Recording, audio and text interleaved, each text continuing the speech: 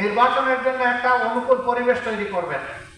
যখনই অনুকূল পরিবেশ তৈরি হয়ে যাবে তখন একটি অর্থবহ, গ্রহণযোগ্য, সুষ্ঠু নির্বাচন জাতিকে উপহার দিয়ে তারা আবার তাদের স্ব কর্তব্যের জায়গায় চলে যাবে। এই মাসের 5 তারিখ জনগণের একটা প্রত্যাশিত পরিবর্তন এ দেশের বুকে আমাদেরকে দান করেছেন, আলহামদুলিল্লাহ রাব্বিল আলামিন। জুলাই মাসের 30 তারিখ এমন একটি দিনের আমরা কল্পনাও করতে পারিনি যে আমরা আগস্ট মাসের 30 তারিখ ইঞ্জিনিয়ার্স ইনস্টিটিউশনে বিভিন্ন পেশার সম্মানিত ভাইদেরকে নিয়ে আমরা একসাথে বসতে পারবো, এই স্বপ্নও দেখি নাই, কল্পনাও করি নাই। আল্লাহ তাআলা একান্ত মেহেরবানি করে জুলুমের অক্টোপাস থেকে, যেই জুলুম এই জাতির ঘাড়ে বিগত 17 বৎসর ধারাবাহিকভাবে চাপিয়ে দেওয়া হয়েছিল, মঈনুদ্দিন ফখরুদ্দিন সাহেবের 2 বছর, যেটা ছিল আওয়ামী লীগের বাসায় তাদের আন্দোলনের ফসল, আর পরবর্তী তাদের সরাসরি 15.5 বছর। এ সময়ের ভিতরে আপনারা নিশ্চয়ই জানেন, সর্বপ্রথম আঘাতটা এসেছিল তৎকালীন বিডিআরের হেডকোয়ার্টার পিলখানায় 57 জন কমিটেড চৌকস দেশপ্রেমিক সেনা কর্মকর্তার উপর। অত্যন্ত নির্মমভাবে তাদেরকে হত্যা করা হয়েছিল, তাদের পরিবারের সদস্যদেরকে নাজেহাল করা হয়েছিল, তাদের পরিবারের মা বোনদের ইজ্জত কেড়ে নেওয়া হয়েছিল, ইজ্জত লুণ্ঠন করার পর তাদেরকে হত্যা করে ড্রেইনে ভাসিয়ে দেওয়া হয়েছিল। এই দিনটি জাতির জন্য একটি কালো দিন, কিন্তু সেই দিনের এ ঘটনা যারা ঘটিয়েছে আজও অপরাধীরা চিহ্নিত হয়নি, জাতির সামনে স্পষ্ট হয়নি। একই সাথে 2টা বাহিনীকে ক্ষতিগ্রস্ত করা হয়েছে, আমাদের দেশপ্রেমিক সেনাবাহিনীকে ক্ষতিগ্রস্ত করা হয়েছে, বিডিআরের গর্বিত প্রতিষ্ঠানকে ধ্বংস করা হয়েছে। এরপরে আপনারা লক্ষ্য করেছেন পরবর্তী বছরের মাঝামাঝি এসে বাংলাদেশ জামাতে ইসলামের উপর আঘাত দেওয়া হয়েছে অত্যন্ত মিথ্যা এবং খোঁড়া অজুহাতে। নির্বাচনের জন্য একটা অনুকূল পরিবেশ তৈরি করবেন। যখনই অনুকূল পরিবেশ তৈরি হয়ে যাবে তখন একটি অর্থবহ, গ্রহণযোগ্য, সুষ্ঠু নির্বাচন জাতিকে উপহার দিয়ে তারা আবার তাদের স্ব কর্তব্যের জায়গায় চলে যাবে। আমরা সেই দিনের অপেক্ষায় আছি। আমরা তাদেরকে সঙ্গত সময় দেওয়ার পক্ষে। এই কাজগুলা করার জন্য যেটুকু মিনিমাম সময় প্রয়োজন সেই সময় আমরা তাদেরকে দেওয়ার পক্ষে। আমরা এই কথা বারবার উচ্চারণ করেছি। সেই সাথে আমরা আমাদের আকাশ এখনো কালো মেঘ মুক্ত হয়নি, এখনো বাংলাদেশের আকাশে শকুনের ঘোরাঘুরি চলছে। এই ব্যাপারে আমরা যেন আত্মতৃপ্তিতে না ভুগি যে আমরা বোধহয় পরিপূর্ণ সফলতা বা বিজয় পেয়ে গিয়েছি। বাংলাদেশের মানুষকে হয়তো আরো অনেক ত্যাগ স্বীকার করতে হবে। আল্লাহ তাআলার কাছে দোয়া করি সকল ত্যাগের বিনিময়ে আমাদের দেশটাকে যেন আল্লাহ তাআলা পরিচ্ছন্ন করে দেন, আল্লাহ তাআলা যেন জুলুম মুক্ত করে দেন, আল্লাহ তাআলা যেন ন্যায় এবং ইনসাফের ভিত্তিতে একটা সমাজ বিনির্মাণের তৌফিক এই জাতিকে দান করেন। যে দলই ক্ষমতায় আসে তারা যেন এদেশের প্রত্যেকটি মানুষের আমানতের প্রতি সম্মান প্রদর্শন করে। আমাদের যুব সমাজ, ছাত্র, তরুণ এবং সমস্ত মানুষ একটাই স্লোগান তখন বারবার দিচ্ছিল, উই ওয়ান্ট জাস্টিস। এই সামাজিক সুবিচারটা বাংলাদেশের জনগণ একেবারেই পায়নি, বঞ্চিত। সুবিচার যদি প্রতিষ্ঠিত হয় এটা শুধু হাইকোর্ট, সুপ্রিম কোর্টে, জজ কোর্টে হবে না, ম্যাজিস্ট্রেট কোর্টে হবে না, এটা প্রত্যেকটি পরিবার থেকে শুরু করে রাষ্ট্রের সর্বোচ্চ চূড়া পর্যন্ত সুবিচার কায়েম হবে ইনশাআল্লাহ। এই সুবিচার কায়েম না হওয়া পর্যন্ত স্বাধীনতা বারবার অর্জন করলেও তার স্বাদ ভোগ করা আমাদের পক্ষে সম্ভব হবে না। এই জন্য সুবিচারের এই বীজতলা তৈরি করা এখন এই জাতির দায়িত্ব। যারা এখন সরকার পরিচালনায় আছেন, আমরা যারা রাজনীতির মাঠে আছি, আপনারা যারা বিভিন্ন পেশায় নিয়োজিত আছেন, এই জায়গাটা তৈরি করা এখন সমন্বিতভাবে আমাদের সকলের দায়িত্ব।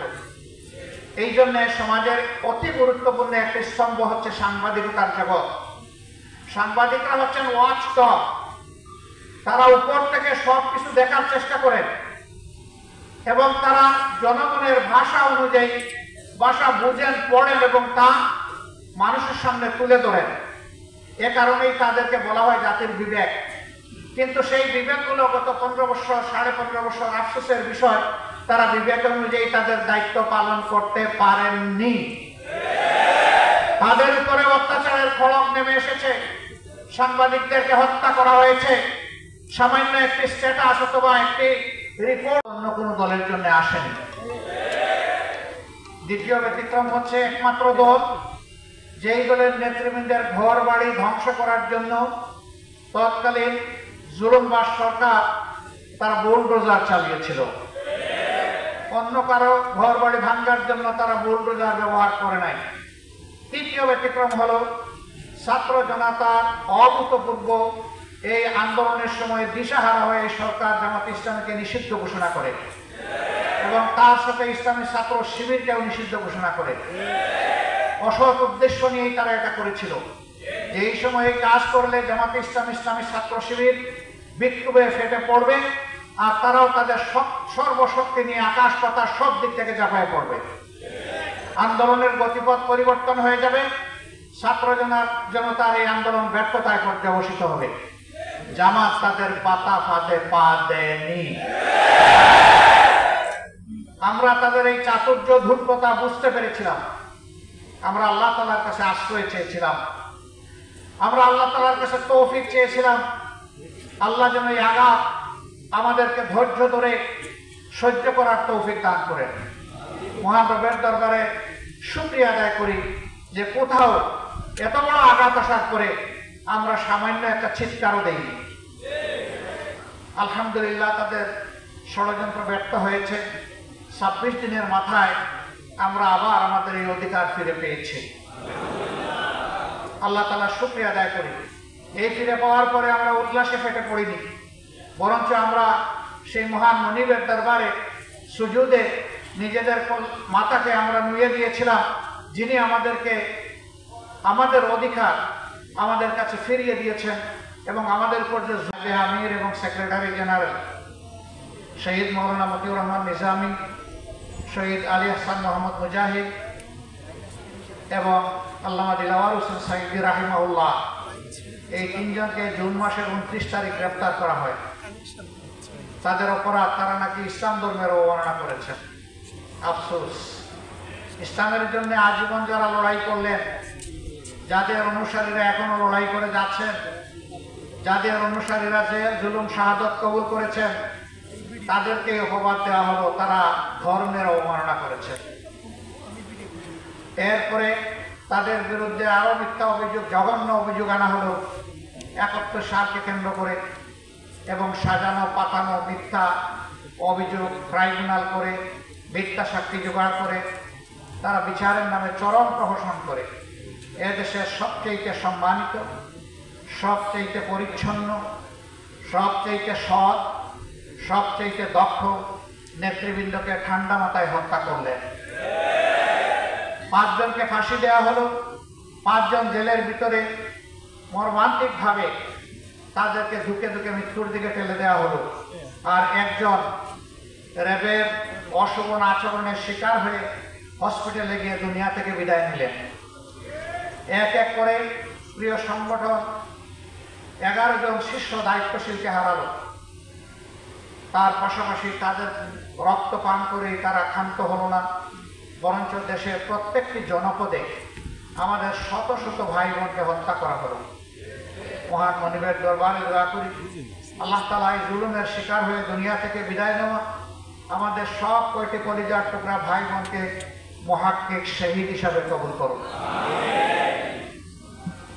সম্মানিত ভাই এবং বোন, তাদের শাসনামলের নাম করা নাম কাড়া শাসনামলে হুঙ্কার ধমকি, জনগণের উপর অত্যাচারের স্টিম রোলার, খুন ধর্ষণ, গুম লুণ্ঠন,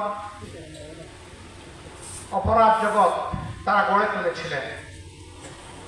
তারা রাষ্ট্রযন্ত্রকে বিকল করে অচল করে দিয়েছিলেন, রাষ্ট্রের সবগুলা সাংবিধানিক প্রতিষ্ঠান ধ্বংস করেছিলেন। এক ব্যক্তির ইশারায় রাষ্ট্রকে উঠতে হবে, বসতে হবে সেই পর্যায়ে নিয়ে গিয়েছিলেন। একটা দল ছাড়া সকল দলের অস্তিত্ব ধ্বংস করার জন্য উঠে পড়ে লেগেছিলেন।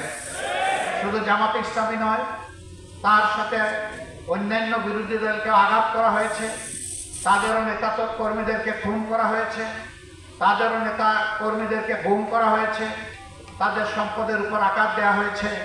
তবে ব্যতিক্রম জামাত ইসলামী তিনটা দিক থেকে।